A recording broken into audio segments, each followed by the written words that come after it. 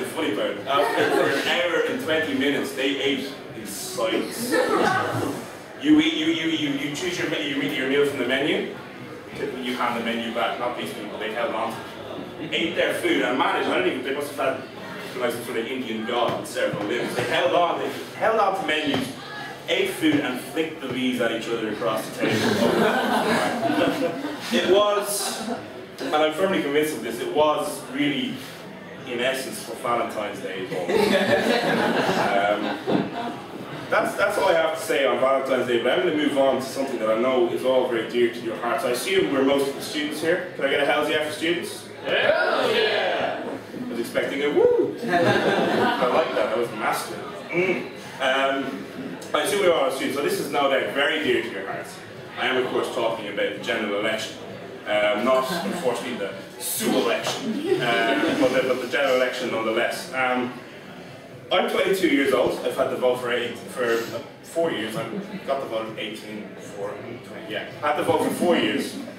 But really, it's kind of, I got it in the mail, lashed in the cupboard, haven't really looked at it since. So I figured this year I'm going to bring it out, air it out, maybe bring it for a walk around the block.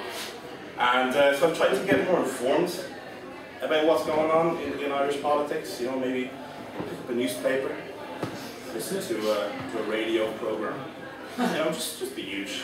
And if you listen to that kind of, you know, shit, you'll see that there's a phrase being bandied around a lot about politics at the moment, and it's that we're at the moment at the end of an era.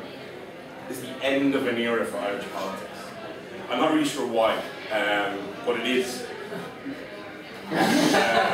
So yeah, we're at the end of an era, which to a certain extent, you know, even from my uninformed vantage point, I kind of agree with it. Fianna Fáil on the way out, someone's coming in,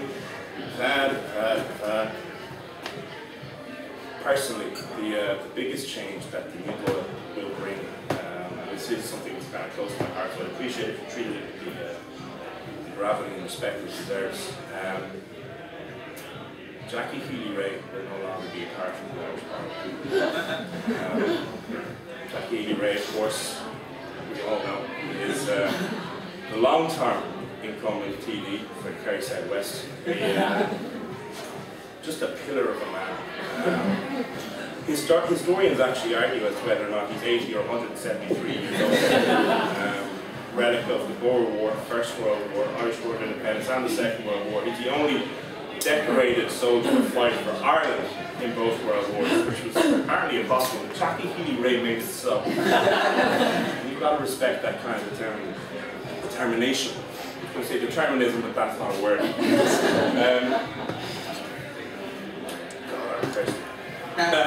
So Jackie, you know, the thing that you have to realise about Jackie is that he's a flamboyant man, he's a showman, a statesman, he likes to put on a show, and yet he's a man of simple pleasures.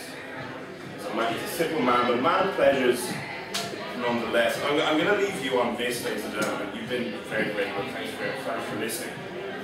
A couple of weeks ago, we were asked, well, we weren't asked, we were told that we would be bringing in the IMF, and there was a vote in the Dáil to make it so. Brian Cowan et al. Approached Jackie Healy-Rae as an independent and asked for his views and possibly his vote. Jackie is all the Kerry man. Kerry men will do, haggled, bartered. Brian Cowan gave him a blank cheque. He said, Jackie, if we get your vote, you can do what you want. The vote was cast, the deal was made. A fortnight after the vote came out, the news was released that in return for sending Ireland up the path and possibly its most damaging financial agreement since we became a sovereign state, Jackie Healy-Rae had acquired several third-class roads in the Kerry South West constituency. They have been upgraded. Wait for it. To regional. I believe, and I'm going to leave you on this, I believe that this is firm proof. Taoiseachs, it's inconsequential. Governments come and go. Jackie Healy-Rae has places to be. Thanks very much, everybody. Vinnie Kelly.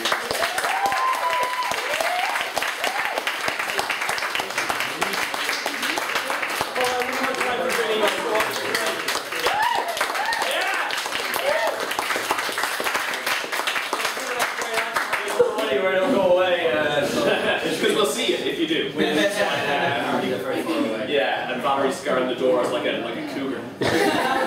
This hurt. It does a lot. Yeah. That's awful. I've run out of water as well. This couldn't get any worse. It could get worse. It couldn't get worse. I'll tell you, name a way it could get worse. It could always get. You could be covered in poo. It's that same situation. All the things there. I'll hit you. You're out of water, but you're also covered in excrement and stuff. That would be worse. That would be just marginally. There's no situation in the world could be made worse by that. Family dead, house on fire, testicles on fire, covered in poo. Oh God, that's all. Take away the poo. It's slightly better. Slightly better. It's not so bad. That's correct. That's correct. Well, thank you for listening to that diversion, Sal. And now it's time for Malice's thoughts. And I think we should bring on our next act. Very good. Yeah, our next act. What can we say about him? Literally, what could we say about him? He has accomplished nothing. He ran for SU president and was so good that he had to drop out for fear that he might actually be SU president. He is wonderfully talented, amazingly funny, you'll love him, Mr. Ciaran Heffernan. I'm going to use this if that's okay. I was just going to say, this has nothing to do with what I intended to say, but me and Vinnie are in classics together, and we have this lecturer called Anna Shahood, who is from Italy. But because she's such a raving academic, she must have spent a long time in England. So she has this accent that's very Italian, but has these English phrases and expressions that come out of nowhere. So she'd be talking to us at the start of a lecture, like, welcome everybody, really nice to have you, so many people here at the lecture. Craig, make sure you do get your little bits of critical analysis, because there's no way you're gonna do it if I'm not telling you what to do, alright? So, I think that's very funny, so that's what I just wanted to say. But I wanted to hit you with something that I've written on my piece of paper. Elections. So I ran for SU president in the past few weeks, and we pulled out obviously because I was worried that I was actually going to get voted in, which sounds very cocky, but I wasn't really suited to the job. But it seemed that people wanted to get a comedian elected into office, and it looks like from the outside, obviously there's a lot of stuff going on, the Dáil and stuff, there's elections going on, and there's a lot of new independents, like we have Dylan Haskins, you know, It Starts Here, and we have all the, like, Man Explain who's independent as well. And I just thought it would be hilarious if we actually elected someone who was independent but also comedian into the Dáil, into maybe possibly the office of Taoiseach.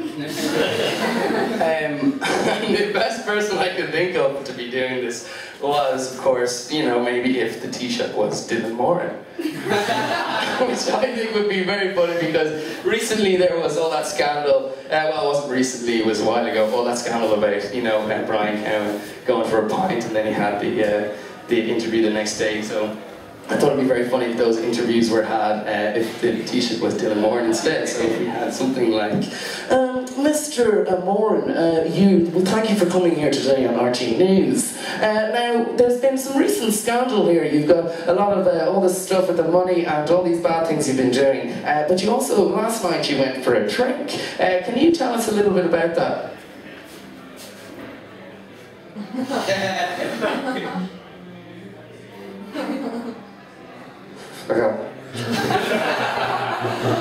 Well, Mr. Moran, the Irish people would like to know a lot more about what's actually going on in your mind and what's going on, how you help, plan to deal with the country.